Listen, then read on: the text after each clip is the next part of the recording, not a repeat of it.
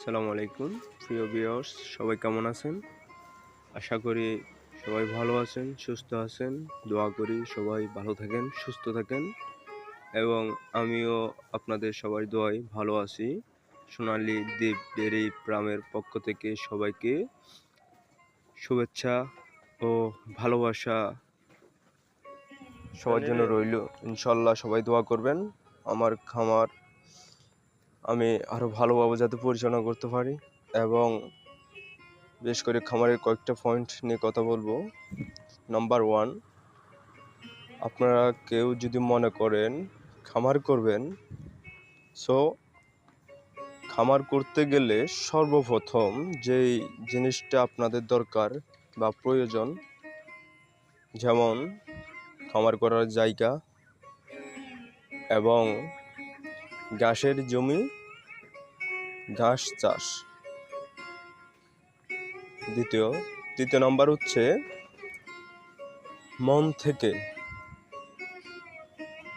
দিল থেকে,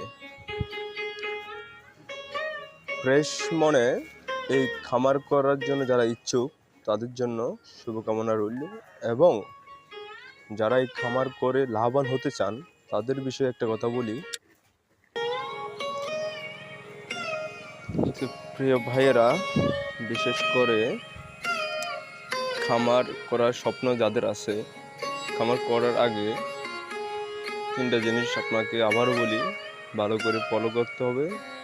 গরুর থাকার জায়গা, বাট ঘর, ঘাস, এই 2টা জিনিস এবং গরুকে আপনি আপনার মতো করে তাদেরকে যখন যেটা দরকার সেটা আপনার খেয়াল করতে হবে, দিতে হবে এবং আপনি আপনার মতো করে তাদেরকে ভালোবাসা দিতে হবে। কারণ এরা হচ্ছে অবলা প্রাণী, এরা কখনো আপনার সাথে আমার সাথে বেইমানি করবে না। আপনি যেভাবে দিবেন তাদেরকে, তারা আপনাকে ওইভাবে দিবে। তো এখানে